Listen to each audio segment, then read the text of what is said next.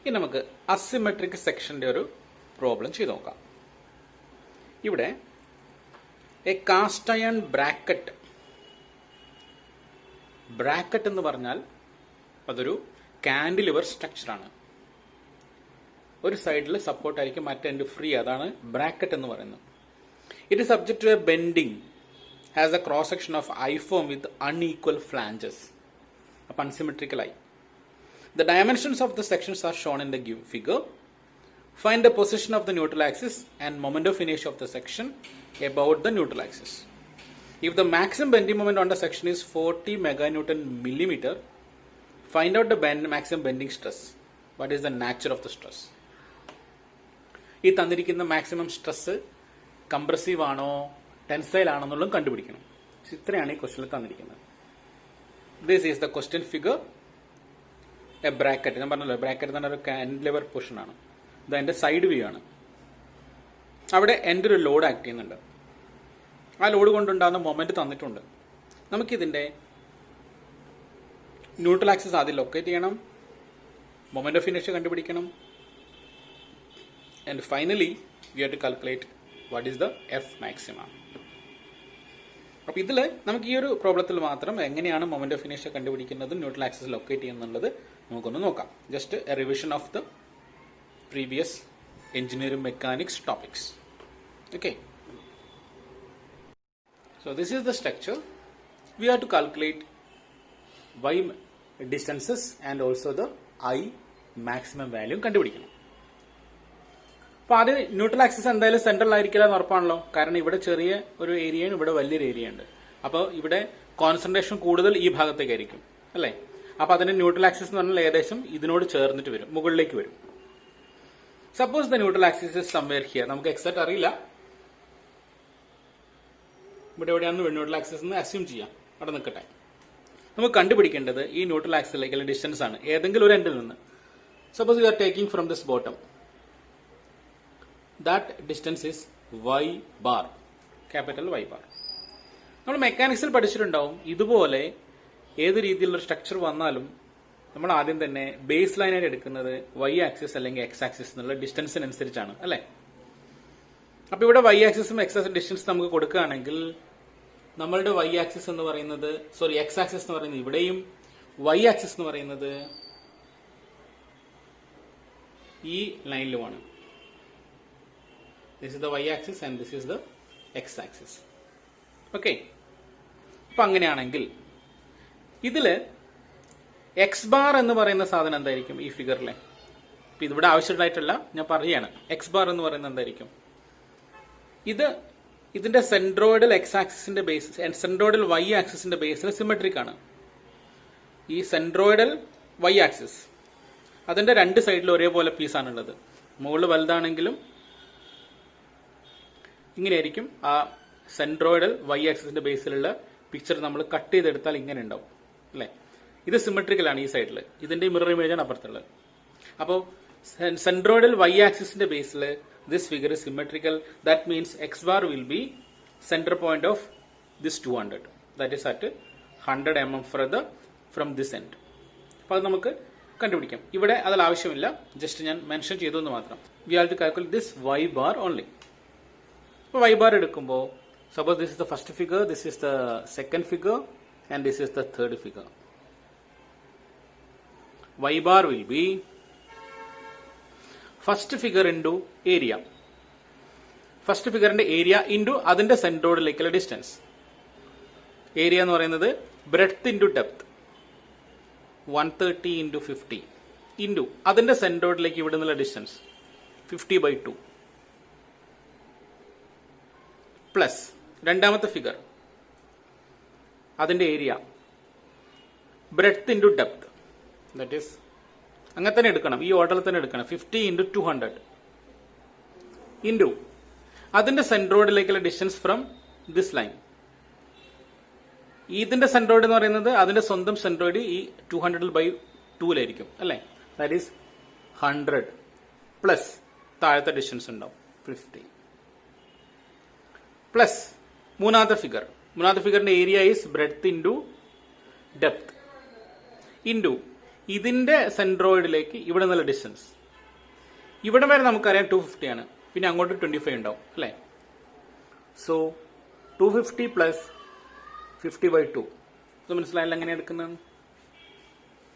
Okay, so that is the total area into distance divided by total area.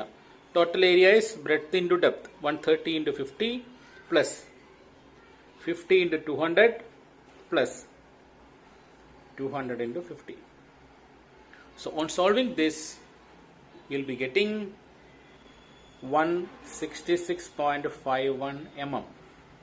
അതായത് y bar ഇവിടെയാണ് 166.51 കിട്ടിയിരിക്കുന്നത്. അങ്ങനെയാണെങ്കിൽ ഈ ബാക്കിയുള്ള ഡിസ്റ്റൻസ് എത്ര ഉണ്ടാവും? ടോട്ടൽ നമുക്ക് എത്രയാ? 200 പ്ലസ് 50 പ്ലസ് 50 300. 300 മൈനസ് 166.51 എത്ര വന്നത്? 133.49. So that is the distances to the neutral axis from bottom layer and the upper layer. ഇത്രയും കിട്ടിയല്ലോ. ഇതാണ് ഫസ്റ്റ് സ്റ്റേജ്. ഇനി നമുക്ക് ഇതിന്റെ ടോട്ടൽ മൊമെന്റ് ഓഫ് ഇനേഷ്യ കണ്ടുപിടിക്കണം. അതാണ് കാര്യപ്പെട്ട സെക്കൻഡ് സ്റ്റേജ് എന്ന് പറയുന്നത്. ടോട്ടൽ മൊമെന്റ് ഓഫ് ഇനേഷ്യ എബൌട്ട് ദിസ് ന്യൂട്രൽ ആക്സിസ് ആണ് കണ്ടുപിടിക്കേണ്ടത്. അപ്പൊ ഈ ന്യൂട്രൽ ആക്സിസ് ഇവിടെ 3 ഫിഗറിനെ സംബന്ധിച്ചിടത്തോളം അതിന്റെ സെൻട്രോയിഡൽ ആക്സിസ് ആണോ? അല്ല. ഇതിന്റെ സെൻട്രോയിഡ് ആക്സിസ് എന്ന് പറയുന്നത് ഇവിടെ വരും. ഇതിന്റെ സെൻട്രോയിഡ് ആക്സിസ് എന്ന് പറഞ്ഞാൽ ഈ 100 വരും. ഇതിന്റെ സെൻട്രോയിഡ് ആക്സിസ് ഇവിടെ വരും. അപ്പൊ ഈ 3 ഫിഗറിനെ സംബന്ധിച്ചിടത്തോളം ഈ ഒരു ന്യൂട്രൽ ആക്സിസ് അതിന്റെ സെൻട്രോയിഡൽ ആക്സിസ് അല്ല. അപ്പൊ 3 ഫിഗറിന്റെയും moment of ഇനേഷ്യ about neutral axis കാണുമ്പോൾ നമുക്ക് പാരലാക്സ് തിയറം അപ്ലൈ ചെയ്യേണ്ടി വരും അല്ലേ. So the total moment of ഇനേഷ്യ we can write as total moment of ഇനേഷ്യ I equal to I1 plus I2 plus I3. ഇവിടെ ഇത് അണ്ടർലൈൻഡ് ആണ്, അതായത് അബൌട്ട് ദ ന്യൂട്രൽ ആക്സിസ് ആണ് എന്നുള്ളത് സെപ്പറേറ്റ് എഴുതിയില്ല എന്നുള്ളൂ. I of the neutral axis for the entire figure is equal to I1 about the neutral axis plus I2 about the neutral axis plus I3 about the neutral axis. ഇനി ഓരോന്നും നമുക്ക് നോക്കാം. I1 about the neutral axis.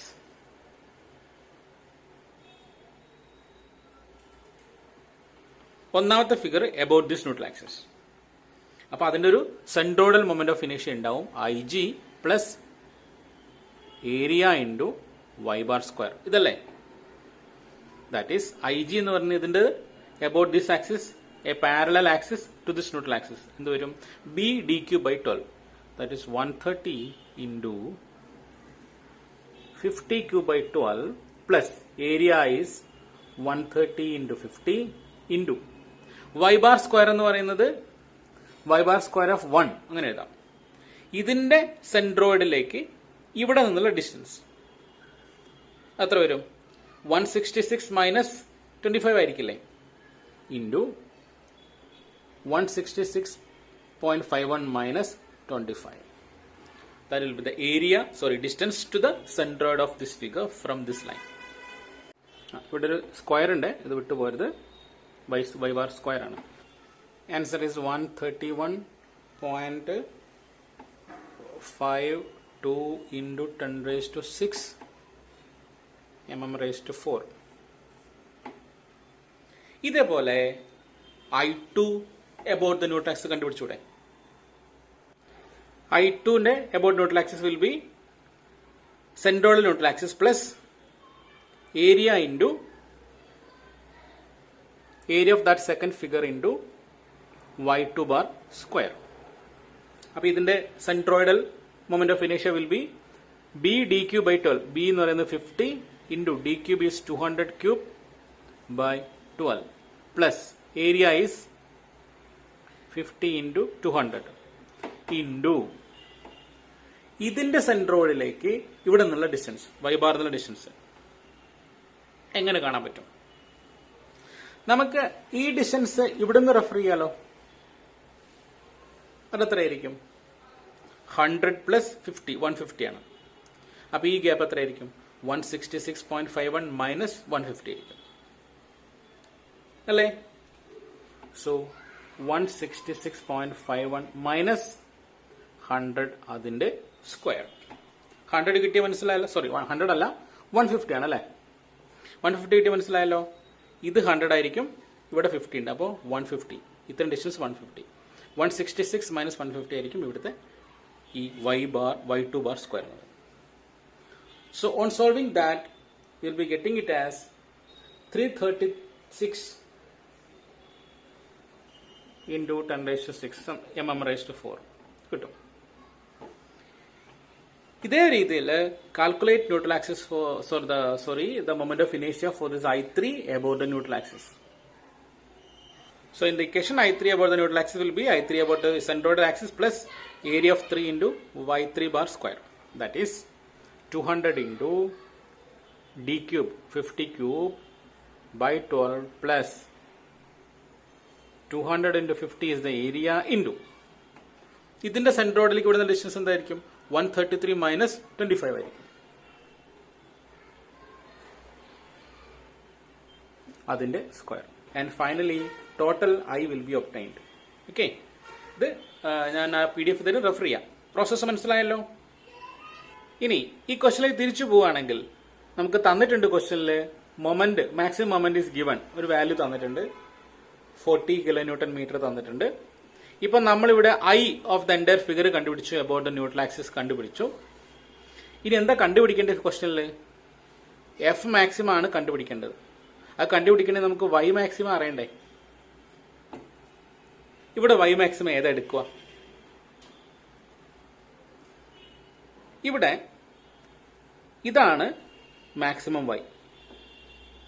ഈ maximum yയിലേക്ക് ഇവിടെ ഉണ്ടാവുന്ന stress ഏതായിരിക്കും?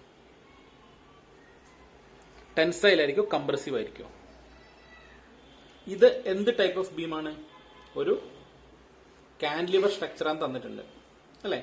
അപ്പൊ ഇത് എങ്ങനെ ബെൻഡ് ആവുക? ഇങ്ങനെ ബെൻഡ് ആവും. ഇങ്ങനെ ബെൻഡ് ആവുന്ന സമയത്ത് താഴെ ഭാഗത്ത് എന്ത് സ്ട്രെസ്സാണ് വരുന്നത്? ടെൻസൈൽ ആണോ കംപ്രസീവ് ആണോ? This is A compressive stress, positive stress എന്ന് പറയും.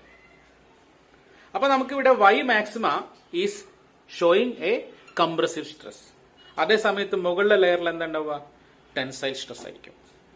അപ്പൊ ഈ ക്വസ്റ്റ്യനിൽ എഫ് മാക്സിമ മാത്രമേ കാണാൻ പറഞ്ഞിട്ടുള്ളൂ and explain what is the character. അപ്പൊ എഫ് മാക്സിമ കിട്ടുന്നത് y മാക്സിമയിലായിരിക്കും. y ഈ വാല്യൂ ഉപയോഗിക്കുമ്പോഴേക്കും കിട്ടുക and that is obtained as A compressive stress. അപ്പൊ അവിടെ നേച്ചർ ആയി കഴിഞ്ഞു. പക്ഷെ വേറൊരു ക്വസ്റ്റ്യൻ ചിലപ്പോൾ ഇതുപോലെ ആയിരിക്കില്ല ചോദിക്കുക, calculate both the tensile and compressive stress എന്നായിരിക്കും ചോദിക്കുക. അപ്പൊ ഇവിടെ നമുക്ക് അറിയണം എങ്ങനെയാണ് ബീം ബെൻഡ് ചെയ്യുന്നത്. അതാണ് നമ്മൾ തേർഡ് മോഡ്യൂളിൽ പഠിച്ചത്. അപ്പൊ ഇവിടെ ഇങ്ങനെ ബെൻഡ് ചെയ്യുന്ന സമയത്ത് താഴെ ഉണ്ടാവുന്നത്, അതായത് വൈന്റെ ഇത്രയും വാല്യൂലുള്ളത് കംപ്രസീവ് സ്ട്രെസ്സും ഈ വൈ വാല്യൂല്, അതായത് മുകളിൽ ഉണ്ടാവുന്ന ഏറ്റവും ടോപ്പിൽ ലെയറിൽ ടെൻസൈൽ സ്ട്രെസ് ഉണ്ടാവും. So we can calculate both F maxima compressive and F maxima tensile, രണ്ടും കാണാൻ പറ്റും. അതുപോലെ ക്വസ്റ്റ്യൻ ആണ് ചോദിച്ചതെങ്കിൽ അല്ലെ? ഇനി വേറൊരു കാര്യമുള്ളത്, ഇതേ ക്വസ്റ്റ്യനിൽ തന്നെ ഒരു ക്വസ്റ്റ്യന് പ്രതീക്ഷിക്കാവുന്നത് draw the bending stress diagram എന്നും ചോദിക്കാം. അങ്ങനെ ബെൻഡിങ് സ്ട്രെസ് ഡയഗ്രാം വരയ്ക്കാൻ ചോദിച്ചു കഴിഞ്ഞാൽ നമുക്ക് എപ്പോഴും വേണ്ടത് ഈ ഒരു ഫിഗർ നമ്മൾ ഉണ്ടായിരിക്കണം കയ്യിൽ. ഈ ഒരു ഐ സെക്ഷന്റെ ഫിഗർ ഉണ്ടാവണം, വിത്ത് ന്യൂട്രൽ ആക്സിസ് കാണിച്ച് വാല്യൂസ് എല്ലാം കാണിച്ചൊരു ഫിഗർ നിർബന്ധമായിട്ടുണ്ടായിരിക്കണം.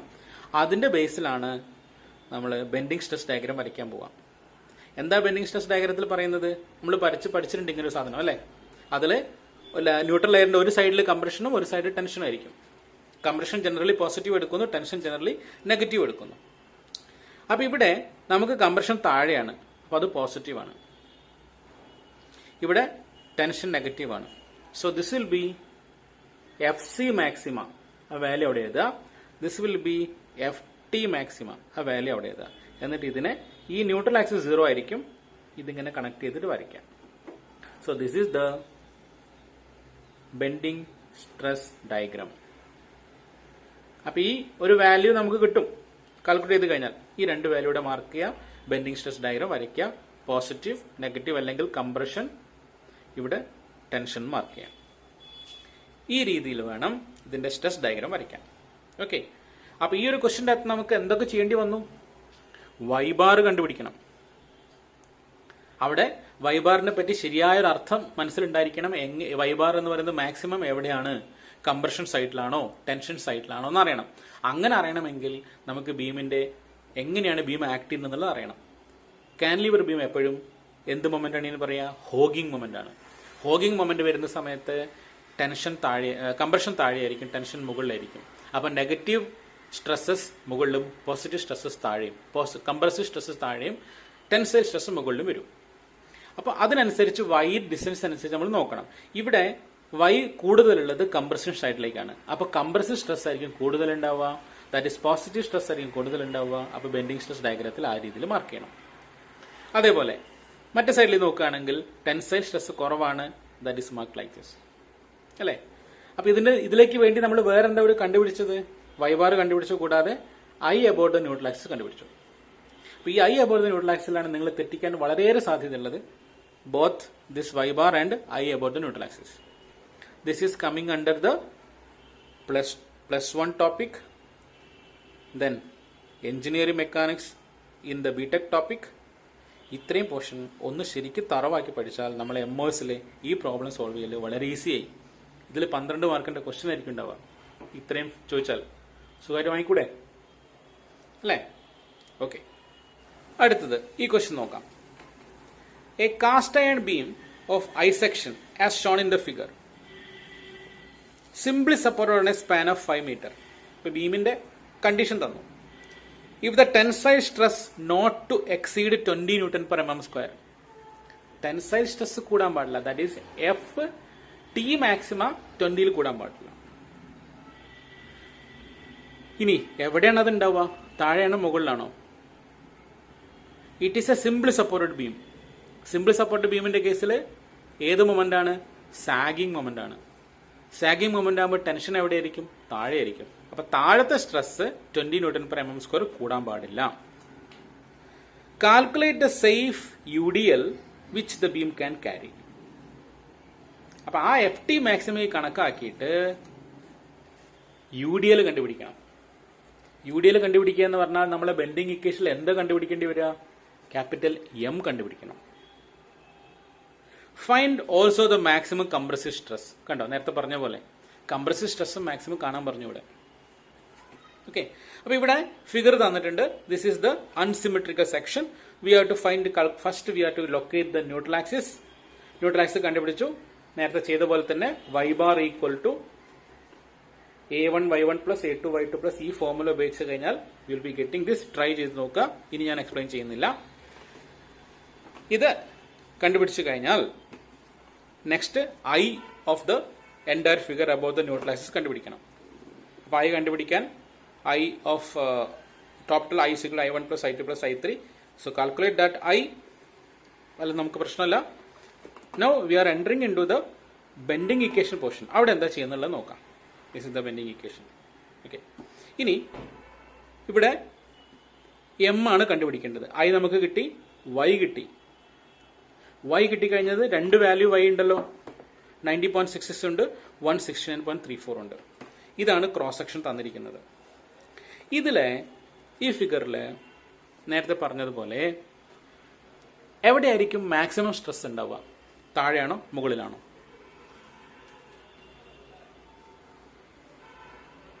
മാക്സിമം സ്ട്രെസ് ഉണ്ടാവുക മുകളിലായിരിക്കും അല്ലെ. Y മാക്സിമം അവിടെയാണ് കൂടുതൽ.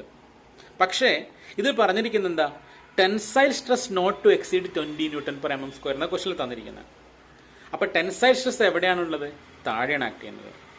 സോ നമ്മളുടെ ഇക്വേഷനിൽ that is M/I equal to F/Y എന്ന ഇക്വേഷന്റെ അകത്ത് F 20 Nm/mm² ആണ്.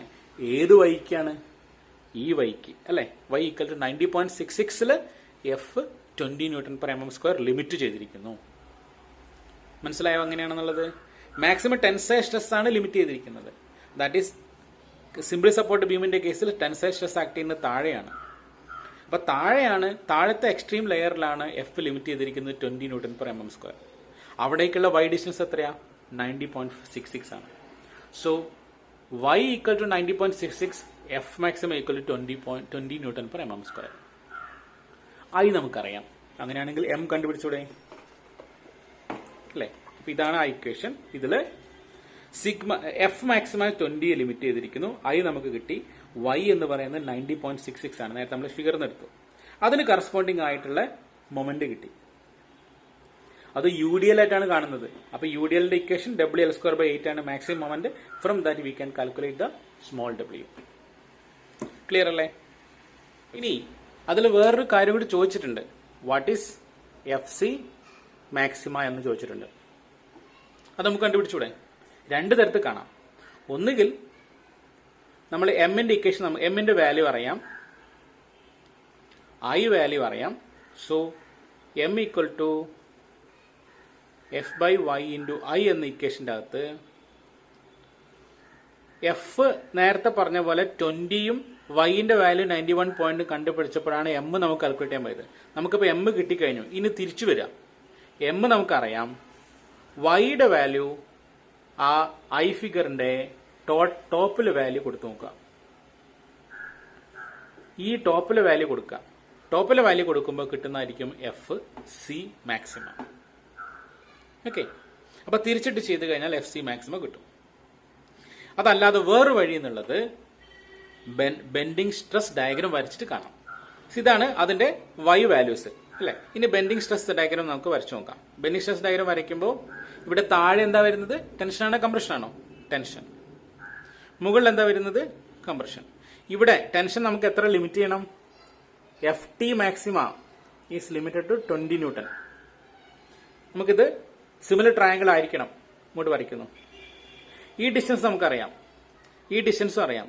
അങ്ങനെയാണെങ്കിൽ സിമിലർ ട്രയാങ്കിൾ വെച്ചിട്ട് FC മാക്സിമ കണ്ടുപിടിച്ചൂടെ? എന്താ ഇക്വേഷൻ ഉണ്ടാവുക? FC മാക്സിമ ഡിവൈഡഡ് ബൈ 169.34 ഇത് is equal to FT maxima. FT maxima is 20 divided by 90.66. അപ്പൊ ഇതിൻ്റെ അകത്ത് FC മാക്സിമ കിട്ടും. ഇങ്ങനെയും FC മാക്സിമ ഈസി ആയിട്ട് കണ്ടുപിടിക്കാം. നേരത്തെ ചെയ്ത പോലെ എമ്മിന്റെ ഇക്വേഷൻ അപ്ലൈ ചെയ്യണമെന്നില്ല, ഇങ്ങനെയും കാണും. ഓക്കെ, അപ്പൊ ഈ പ്രോബ്ലത്തിൽ നമ്മൾ വീണ്ടും ഈ ബെൻഡിങ് സ്ട്രെസ് ഡയഗ്രത്തിന്റെ യൂസ് ചെയ്തു. ഓക്കെ, ഇവിടെ ഇത് നെഗറ്റീവ്, ഇത് പോസിറ്റീവ്. എന്തുകൊണ്ടാണ് നെഗറ്റീവ് ആക്കിയത്? ഇവിടെ സിംപിൾ സപ്പോർട്ടഡ് ബീമാണ്. താഴെ സാഗിങ് മൊമെന്റ് ആകുമ്പോൾ താഴെ നെഗറ്റീവ് വന്നു, മുകളിൽ കംപ്രഷൻ വന്നു. ക്ലിയർ അല്ലേ? ന്യൂട്രൽ ആക്സിസിൽ 0 ആയിരിക്കും പ്രഷർ.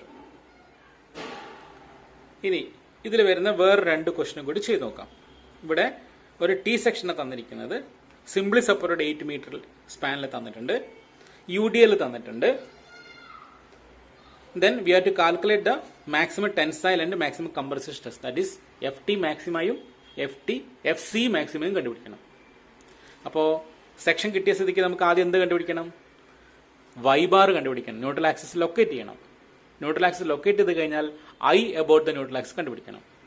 ഓക്കെ, ഇത് ചെയ്ത് പഠിക്കണേ, അല്ലെങ്കിൽ നിങ്ങൾക്ക് തെറ്റാൻ വളരെയേറെ സാധ്യതയുള്ള ഏരിയ ആണ് ഈ Y ബാറും INAയും. Do it and do it and do it and do it, repeat it, then get familiarised. അതിനുശേഷം എഫ് മാക്സിമം തന്നിട്ടുണ്ട്, FC തന്നിട്ടുണ്ട്, FT തന്നിട്ടുണ്ട്. അപ്പൊ ഇതില് സിംപ്ലി സപ്പോർട്ടഡ് ബീമാണ്. എവിടെയാണ് FT ഉണ്ടാവുക? താഴെയാണോ മുകളിലാണോ? സിംപ്ലി സപ്പോർട്ടഡ് ബീം ആവുമ്പോൾ താഴെയായിരിക്കും T ഉണ്ടാവുക. അപ്പോൾ YTന്റെ വാല്യൂ നമുക്ക് ഇതിൻ്റെ അകത്ത് കിട്ടും. ഈ ഫിഗറിന്റെ അകത്ത് YT എന്ന് പറയുന്നത് 67.77 ആണ്, അല്ലെങ്കിൽ Y ബാർ T എന്ന് പറയുന്നത് 67.77 ആണ്. ഈ Y ബാർ T കറസ്പോണ്ടിങ് ആയിട്ടുള്ളതായിരിക്കും FT മാക്സിമ. അപ്പോൾ ഇക്വേഷൻ്റെ അകത്ത് FT മാക്സിമ കിട്ടും. അതേപോലെ M equal to F/Y into I എന്ന ഇക്വേഷനിൽ Yന്റെ വാല്യൂ 32.23 കൊടുത്താൽ കിട്ടുന്നത് FC ആയിരിക്കും. അങ്ങനെ അതിങ്ങനെ കണ്ടുപിടിക്കാം. അല്ലെങ്കിൽ നേരത്തെ പറഞ്ഞ പോലെ FT മാത്രം കാണാം, ബാക്കി ഈ ഒരു ട്രയാങ്കിൾ വരച്ചിട്ട്, ബെൻഡിങ് സ്ട്രെസ് ഡയഗ്രത്തിലെ ട്രയാങ്കിൾ വരച്ചിട്ട് FCയും കണ്ടുപിടിക്കാം. Okay, anyway do that one. Another question. A simply supported beam of length 3 meter carries a point load of 12 kilonewton at a distance of 2 meter from the left support. നേരത്തെ നമ്മൾ ചെയ്ത പോലെ 12 kilometre from the left സപ്പോർട്ടിൽ act ചെയ്യുന്നു. 12 kilometre distance 2 metre from the left support. ബീമിന്റെ cross section figure തന്നിട്ടുണ്ട്. Find out again the maximum tensile and compressive stress. Okay, so try this problem also. ഈ പ്രോബ്ലത്തിൽ എന്തെങ്കിലും വിഷമമുണ്ടെങ്കിൽ, ഒരു if you are not comfortable with this problem, contact me. Okay, so by that this bending സ്ട്രെസ്സിന്റെ കാര്യങ്ങളൊക്കെ തീർന്നു. Now we are entering into the shear stress.